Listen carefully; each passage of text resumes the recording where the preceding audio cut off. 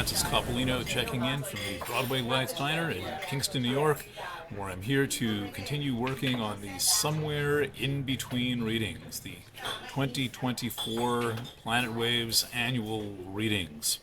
This has become an internet tradition. I began doing these in 1999. That was the first year, so now we're up to I believe, the 26th annual readings.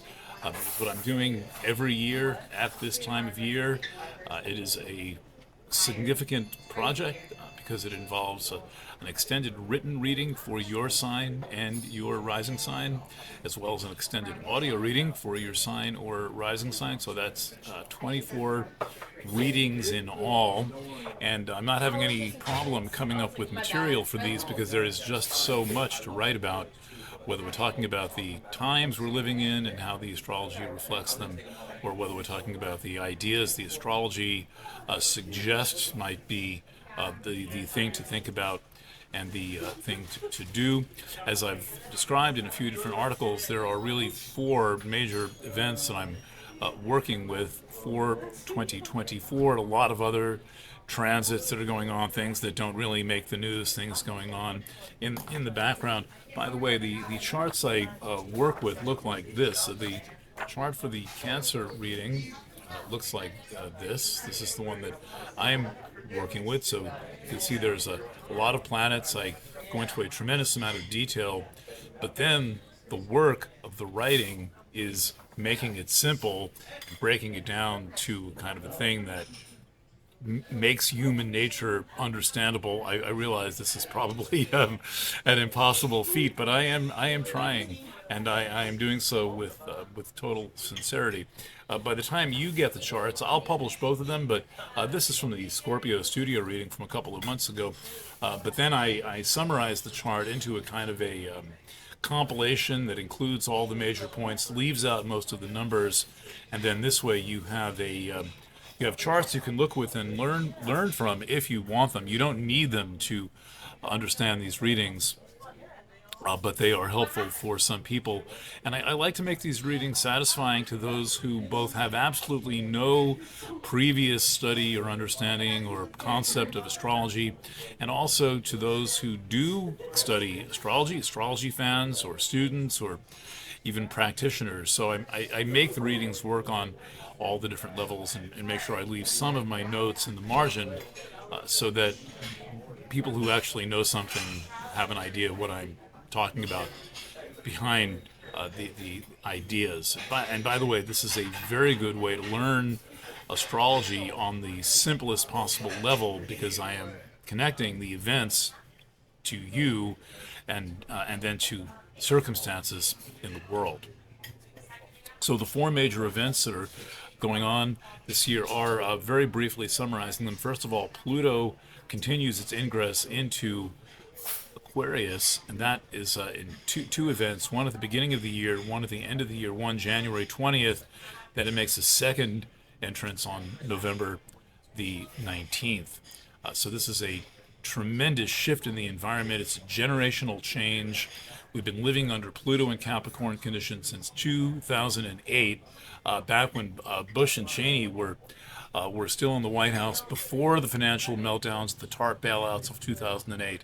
So it was a whole different world that we were in when with Pluto entering Capricorn. Second major event, a total solar eclipse in the sign Aries.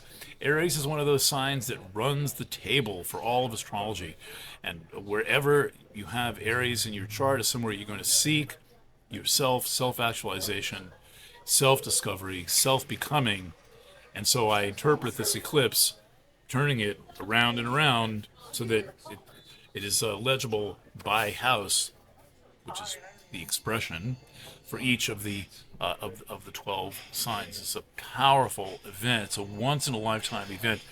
Basically, all the things happening this year are once-in-a-lifetime events. So that's two, Pluto entering Aquarius and a total solar eclipse in Capricorn conjunct Chiron, a massive, radical moment of awakening.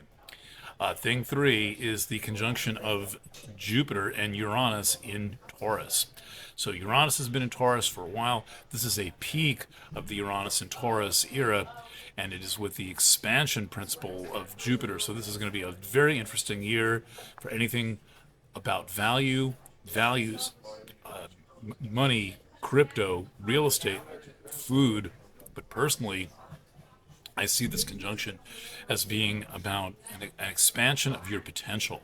And so, with this aspect, among others, but generally the way that I read astrology is I work on the idea that astrology is an expression of your potential. And my job as an astrologer is to hunt around the chart and find all the places in the chart where I see hidden potential and also obvious potential you might have missed, you might have been aware of, but didn't quite know what to do with.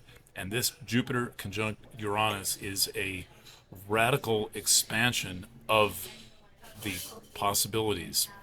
Major thing four, and there's others, but these are the big four, is Saturn conjunct Nessus in Pisces.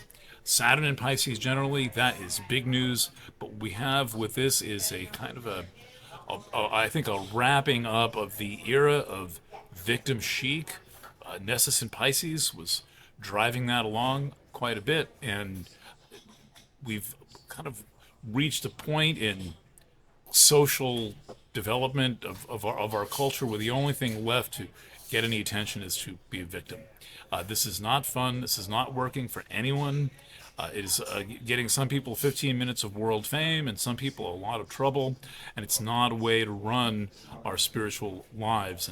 And Saturn is now catching up with Nessus in Pisces, and it is going to be describing to us the ways in which we can get out of this, can shift this consciousness, and not be playing this game it is basically a game in the purest sense of that. If you check out an old book called Games People Play by Eric Fromm. No, is it Eric Fromm? Might be. Okay, so that's what I've got going on. Again, what the result of this will be 12 beautiful, impeccably written and edited book quality written readings, followed by 12 beautifully presented audio readings, and then I'm going to do a few videos in this style where I just show you the chart, because it helps just to have someone, pull the chart up and say, this is this and that is that. For those who are interested, you need no prior knowledge, understanding of astrology in any way, shape, or form. You don't need to believe in astrology. I present these as ideas that are social, spiritual, intellectual, straightforward presentation of ideas, and then I tell you what the astrology symbols behind them are about. All right, thank you for listening. Thanks for tuning in. Thank you to my subscribers and my customers and to the many people who have already signed up for Somewhere in Between. Signing off from Broadway Lights Diner, I'm Eric Francis Coppolino. Catch you a little further on down the road. Bye for now.